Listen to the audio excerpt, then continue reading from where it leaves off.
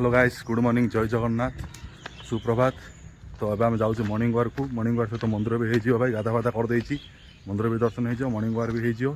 एक थर दुटा कम हो देन कम जहाँ बहुत पेंडिंग पड़ी गोटे गोटे कम करा पड़ो देन रूम एका रोचे रोसे भी करा पड़ो है तो सब कार्य कला बेलू बैंड बाज जा चलो भाई कम गोटे गोटे सारा पड़ो सीधा भाई मंदिर फंदिर जाकि काम फाम सारिकी मंदिर दर्शन कर सारा पर आप कथा जस्ट लाइक मॉर्निंग 5:36 AM भाई व्यू देव सकाल सकाल व्यू जस्ट ब्रह्मपुर एमती भाई पूरा ठंडा अरे जना पड़नी एटा सब खरा दिन ना वर्षा दिन ना वर्षा दिन ना शीत दिन ना कौन 12 मासी गरम है 12 मासी गरम है कौन जना पड़े मनुष्य कहल सकाल सकाल गाड़ी सूसा सूसा खाली चलছে एपट सेपट इस भाई ट्रक आंटी जा लिफ्ट मागे पड़े आगे थर फुल नि फल नि सबकि नि भाई चल चल चल चल आहरी भी बहुत बाट जावा पड़ो तो आगे गले मिसिया चलो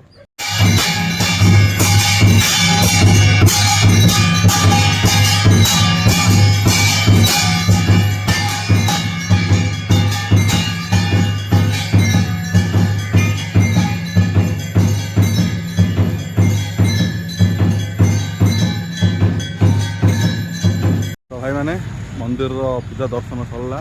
गाँव सीधा घर को चल चली बाटर इडली दीटा उपमा जरा खाईदा है डाइटिंग ना इडली दीटा उपमा जरा खाईदा है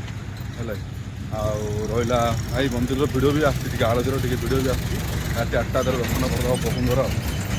भाई मंदिर को आस बहुत मजा लगे रहा हाईवे साइड्रे देखी पार्थ तुम मैंने है पुणी थे रनिंग करी जावा पड़ो तापर घर जा मिसिया चलो गरम गरम पूरीमा पड़ेगा पूरीमा कौन इडली दीटा उपमा दीटा दुकानटा भाई चलती खाइबा है खाइबाटा मैंने एकदम चोखा चलो खाई कथा तो गाइस आज आम खेल क्रिकेट तो मत रास्ता जमा जना पड़नी है रोल कॉलेज पाखे ठिया सीना मत रास्ता जमा जमा जना पड़नी आउ पवित्र फोन कर सांगड़ा लोकेशन देखला लोकेशन भी ये एंड बोला मुझे आ पांडांगी यहाँ पांडांगी कपड़ा आस जना आइले जी आज खेल हम क्रिकेट आज लिखिदा पड़ो आज खेला है क्रिकेट आज मारा हम छक्का चारि शायद से आसीगला हाँ से चलो भाई मैच हो जाए कथा तो गाइस आज ब्लॉग टी छोटिया ब्लॉग रहा कारण आज बहुत सारा काम पड़गला देन खेलिकी गली मुझे खेल आसिला वीडियो कर जमा भी मन पड़ानी भाई कारण से सांगसाथी नियम करदे जो खेला हम बोले मोबाइल साइड रखते भाई मोबाइल वीडियो वीडियो किए बना पूरा बम तो आम से बसी पड़ू सांगे तो हस गमा थी खेला खेली सरिकी तो सीधा आसी गलु है सर्किल मैच खेलुलु मेन ना कि बड़ मैच सर्किल मैच ओनली 4 छक्का मारला